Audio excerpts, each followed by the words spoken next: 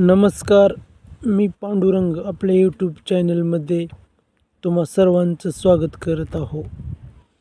आज मी तुम्हाला शेतामधील काही पिकाचे व्हिडिओ दाखवत आहोत. हे जे दिसणारं पीक हरभरा आहे. तरी मी कांदे काढून हरभरा हे पीक घेतलेलं आहे. कांदे काढायला उशीर झाल्यामुळे पीक हे मी थोडं उशिरा घेतलेलं आहे. त्यामुळे पिकाची वाढ ही हळूहळू होत आहे. त्यासोबत आजूबाजूच्या परिसरामध्ये हे पीक पेरणीच्या मोसममध्ये केलेले होते. त्यामुळे ह्या दोन पिकामधील उंची कमी जास्त दिसून येत आहे. अगोदर हरभरा हे घेतलेले पिकाला आता गाठेही लागून निब्बर झालेले दिसून येतात. हा व्हिडिओ ज्या बांधवांना शेतामधील प्रत्यक्षात पीक पाहता येत नाही, या अनुषंगाने हा व्हिडिओ बनवत आहो. या व्हिडिओमधून ज्यांनी शेतातील वातावरण पाहिलेलं नाही अशासाठी हे व्हिडिओ अत्यंत महत्त्वाचा आहे. आपण पाहू शकता की हरभरा हे कसा तयार होतो व कोण्या अवस्थेत असतो हा आपण ह्या व्हिडिओमधून दाखवत आहोत. सुरुवातीला हरभरा हा असा लहान अवस्थेत असतो व नंतर कालांतराने हळूहळू मोठा होतो. त्यानंतर हळूहळू हरभऱ्याला अशा प्रकारे फुले लागण्यास सुरुवात होते. नंतर हळूहळू असे गाठे तयार होतात. कालांतराने हेच गाठे आपल्याला मोठे झालेले आणि निब्बर झालेले दिसून येतात. अशा प्रकारे हरभऱ्याचे गाठे झालेले आहेत.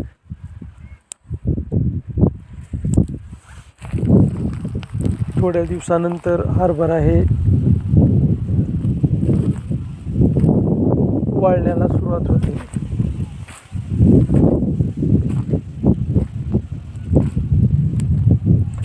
शेतातील हे रम्य असणारं वातावरण आपल्याला पाहावयास मिळत आहे.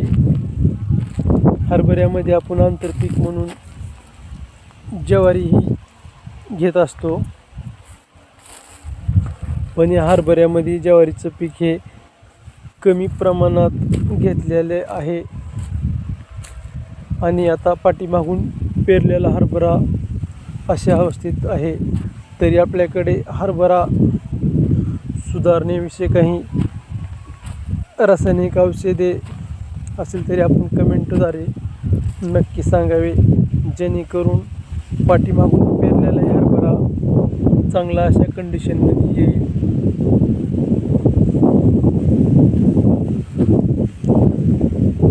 आपण पाहत आहोत शेतामधील हरभरा हे पीक. त्याच पिकासोबत अजून आपण काही दुसरीही पीक घेतलेलं आहे, तेही आपण दाखवतच आहोत.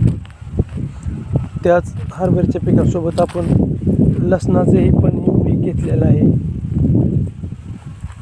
लसूण हा अशा प्रकारे असतो.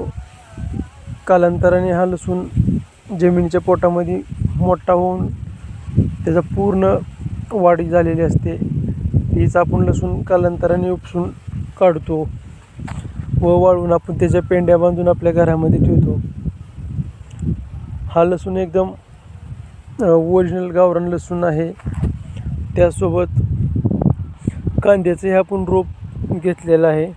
कांद्याचं बीही आपण तयार केलेलं आहे.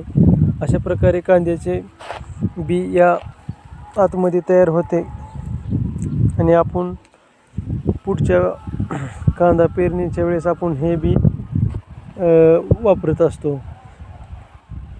विकत घेण्याची आपल्याला काही बियाची आवश्यकता लागणार नाही. अशा प्रकारे आपण कांद्याचेही बी घेतलेलं आहे. आपण शेतामधील काही पिकाचे व्हिडिओ पाहत आहोत.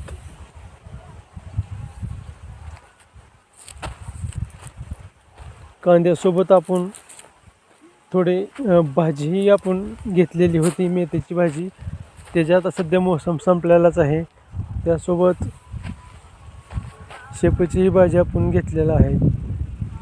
पाणी दिल्यामुळे हा हरभरा जे आपल्याला एक नंबर अवस्थेमध्ये आलेला दिसून येत आहे. पूर्णपणे आपल्याला हरभरा आता फुलाच्या अवस्थेत दिसत आहे. आपण या पाणी दिलेला या हरभऱ्याला चांगल्या प्रकारे फुलवाढीस मदत झालेली आहे. आज मी शेतीतला व्हिडिओ बरेच दिवसांनी आज बनवत आहोत. खरंच शेतामधील वातावरण एकदम चांगलं आणि निरोगी वातावरण असतं. एकदम रम्य असं वातावरण असतं. त्याच वातावरणामध्ये बघा हे हरभऱ्याचे पीक वाऱ्याच्या जोरावर कसे आपण डौललेले दिसून येत आहेत.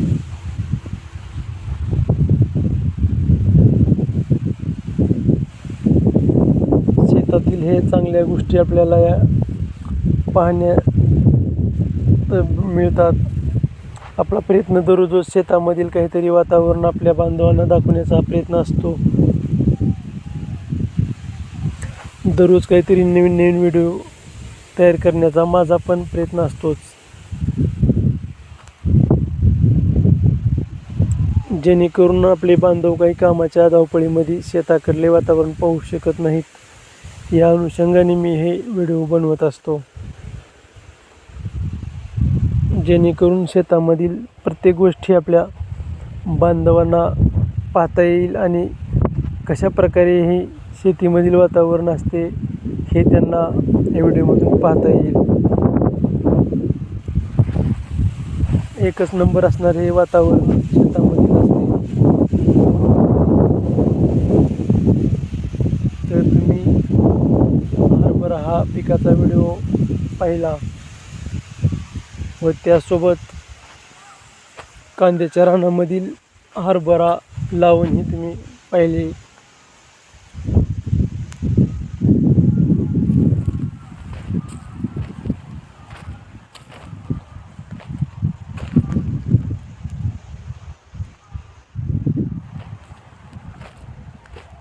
या हरभऱ्याला आता आपल्याला पाणी द्यावे लागेल, कारण पाऊस काळ संपून बरेच महिने झालेला आहे. कांद्याचं रान असल्यामुळे आपण ओली असल्यामुळे पेरणीचं धाडस केलेलं होतं, पण आता अलीकडे रानामधील ओलावा कमी झालेला आपल्याला दिसून येत आहे. म्हणून आज आपल्याला आवर्जून कांद्याला पाणी देण्याचं काम करावंच लागेल.